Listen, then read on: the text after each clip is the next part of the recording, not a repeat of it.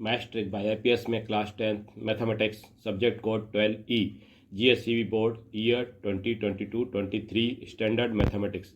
इन previous video में हमने section A question number 1 to 16, section B question number 17 to 26, section C 27 to 34 में हम question number 29 करेंगे।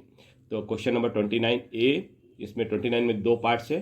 तो part first 29A, for what value of n are the nth term of 2 APs 65, 67, 69 and second AP 10, 17, 24 equal.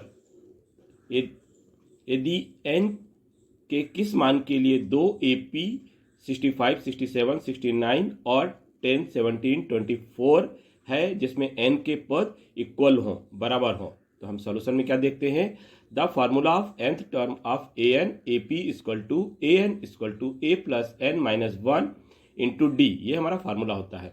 Hence an is the nth term, a is the first term, d is the common difference and n is the number of terms.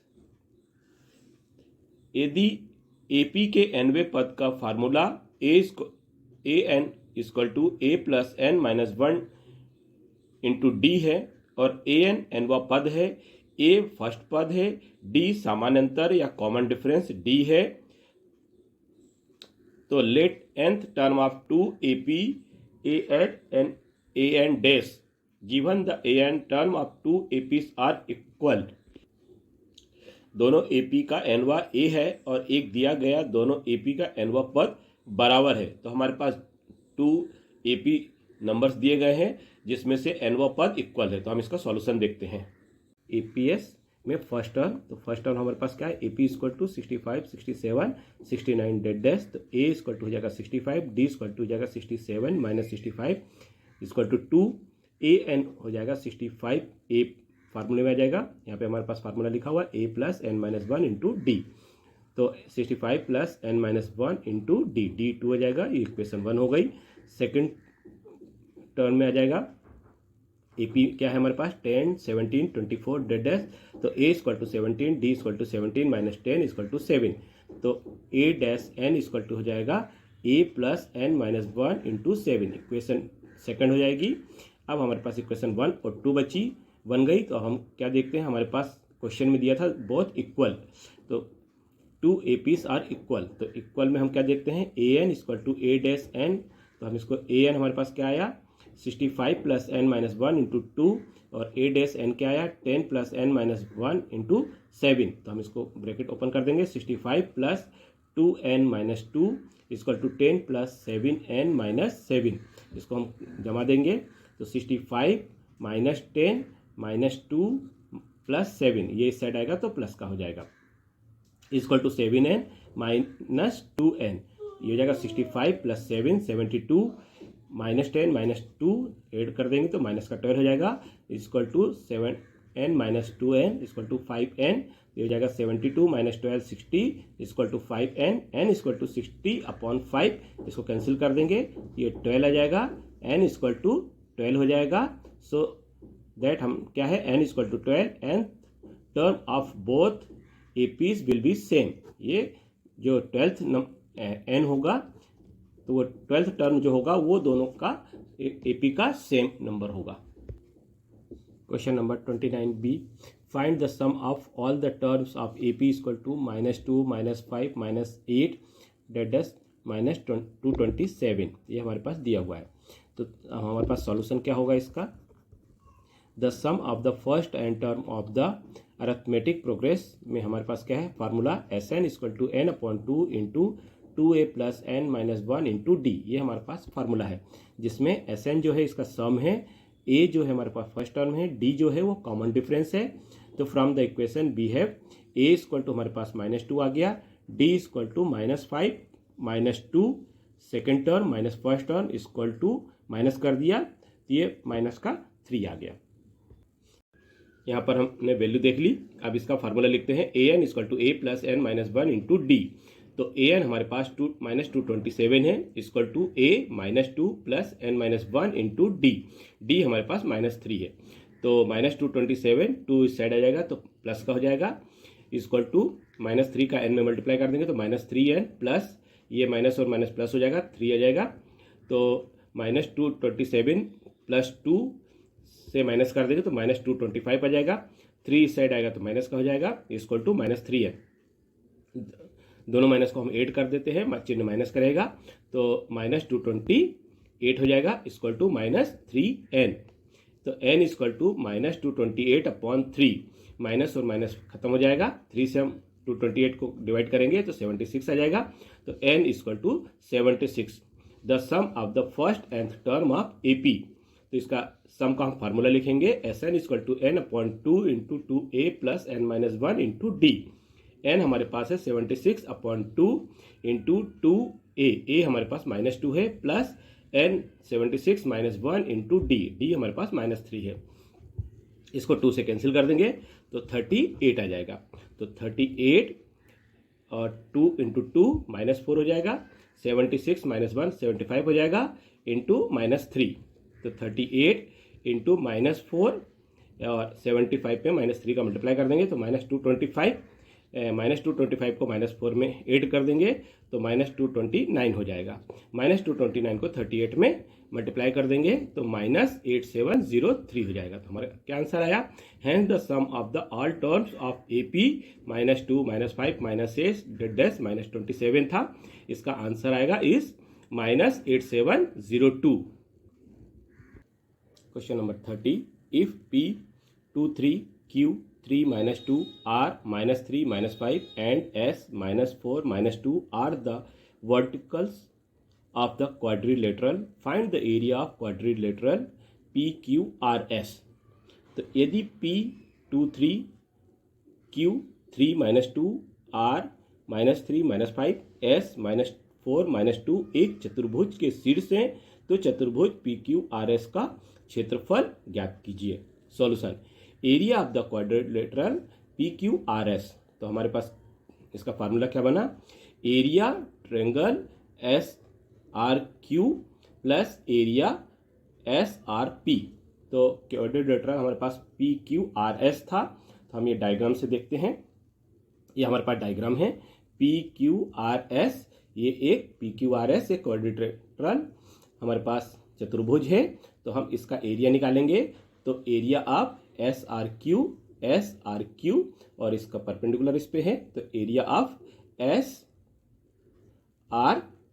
ये हम इसका area निकालेंगे।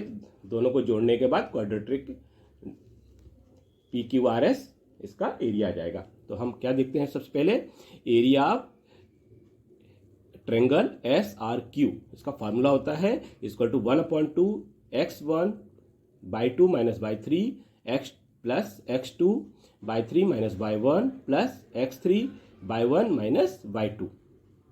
तो हमने जो PQR लिया वो कैसे लेंगे?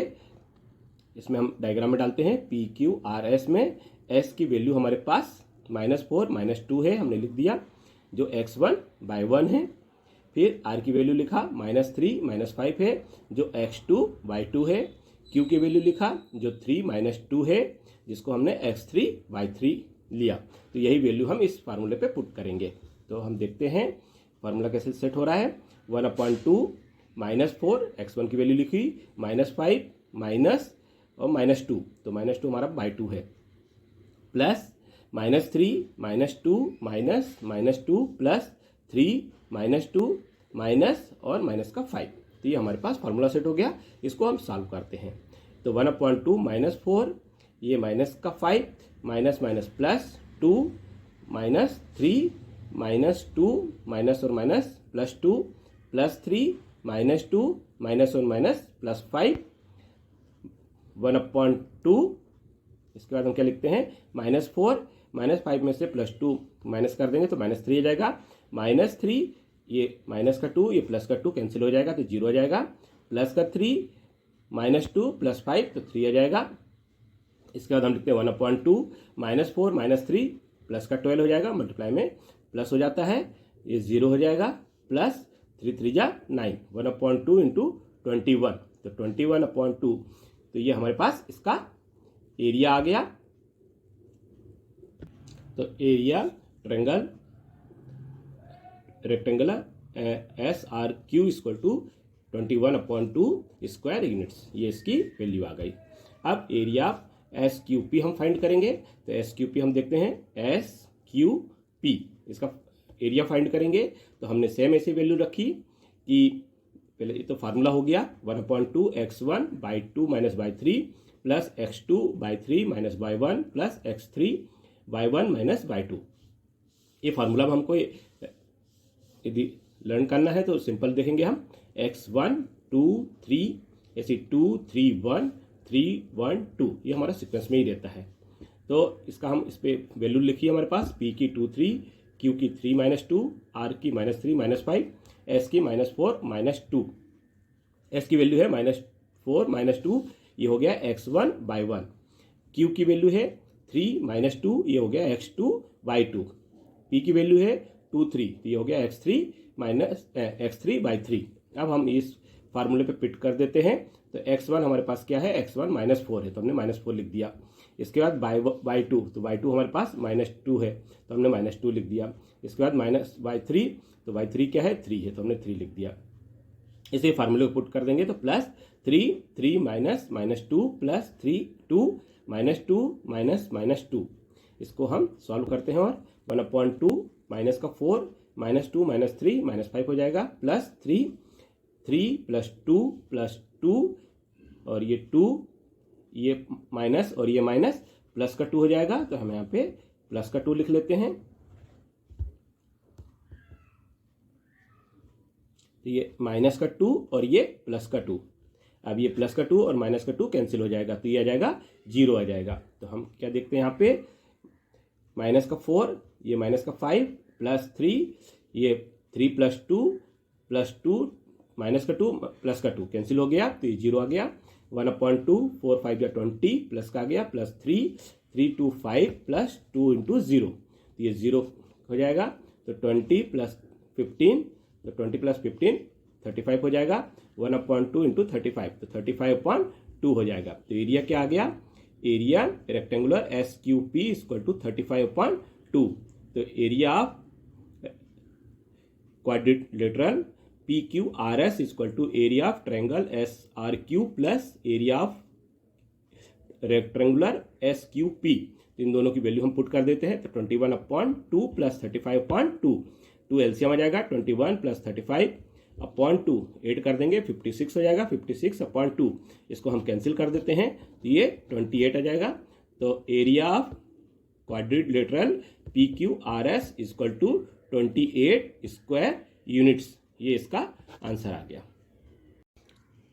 क्वेश्चन 31 में 2 पार्ट हैं तो फर्स्ट पार्ट हम एक करते हैं। The length of the minutes hand of a clock is 14 centimetre. Find the area swept by the minutes hand in 15 minutes. Find the distance to be swept of complete और relation. एक घड़ी की minute की सुई की लंबाई 14 centimetre है। 15 minute में मिनट की सुई द्वारा तय किया गया क्षेत्र ज्ञात कीजिए। क्रांति पर पूरे दूरी का तय करने की दूरी ज्ञात कीजिए। तो ये 14 सेंटीमीटर इसकी सुई की लंबाई है और ये 15 मिनट के बाद यहाँ पर पहुँचता है। तो हमें ये एरिया BC फाइंड करना है। तो मिनट से hand complete full circle degree in 60 degree. तो ये 15 मिनट जो है इस 60 डिग्री का सर्कल कंप्लीट करता है। मिनट की सुई जो है 60 मिनट में पूर्ण 1 डिग्री पूर्ण वृत्त बनाता है। तो angle swept by the minute in 60 minutes = 360। तो 60 मिनट में हम कितना करेंगे, ये पूरा 360 डिग्री करेंगे। तो मिनट की सुई हमारे पास कितने हो जाएगी, 60 मिनट में माना कि यह कोण 360 डिग्री बनाता है। Angle swept by the minute hand in the 15 minute. 15 minute में वो कितना एंगल बनाता है, तो 360 हमारे पास टोटल एंगल है। ये पूरा सर्कल जो होगा वो 360 होगा और यहाँ से यहाँ तक 60 होगा। 360/16 15 मिनट में बनाएगा। तो 360/60 × 50। तो हम ये 0 0 कैंसिल कर देंगे। 6 6 जा 36, 6 × 15 = 90 डिग्री। तो ये 90 डिग्री एंगल आ गया। तो थीटा की वैल्यू कितनी हो गई, 90 डिग्री। तो लेंथ ऑफ मिनट हैंड जो हमारे पास इसकी लेंथ ऑफ मिनट्स हैंड कितना है हमारे पास, r इक्वल टू 14 सेंटीमीटर। जो इसकी लेंथ है वो मिनट की सुई की लंबाई कितनी है, 14 सेंटीमीटर। तो area swept by the minutes hand in the 15 minutes equal to area of sector. तो ये 15 मिनट में कितना स्वीप करेगा, इसके सेक्टर के इक्वल होगा। तो मिनट की सुई 15 मिनट में कितना क्षेत्रफल निकालेगा, तो ये त्रिज्या खंड का क्षेत्रफल के बराबर होगा। तो as we know that area of sector is given, तो हमारे पास इसका सेक्टर का एरिया कैसे हम फाइंड करेंगे, तो हमारे पास फार्मूला है A equal to theta upon 360 into pi R square. तो theta upon 360 pi R square, तो हम इसकी वैल्यू लिखते हैं। तो theta upon 360 into pi R square, तो पाई होता है 22/7 इंटू आर स्क्वायर मतलब 14 का स्क्वायर। तो हम इसको लिख देते हैं 19/360 इंटू 22/7, 14 का स्क्वायर है तो 14 को 2 टाइम्स लिख देंगे। 7 बन जा 7, 7 2 जा 14, 0 से 0 कैंसिल हो गया, 9 से 9 4 जा 16, 36 हो गया। 4 से कैंसिल कर देंगे तो ये 2 कैंसिल हो जाएगा, तो 2 आ जाएगा, 2 से कैंसिल करेंगे तो ये 11 हो जाएगा। अब 11 इंटू 14 का मल्टीप्लाई कर देंगे तो 154 आ जाएगा, तो 154 centimetre. Hence the area sweep by the minute hand in 15 minutes में कितना होगा ये स्वीप, तो 154 सेंटीमीटर ये स्वीप होगा। तो hence the correct answer is 154 centimetre. और इसका हमें एक और आंसर निकालना है, फाइंड द डिस्टेंस। तो डिस्टेंस भी हम निकाल लेते हैं इसका। तो distance sweep in the complete relation.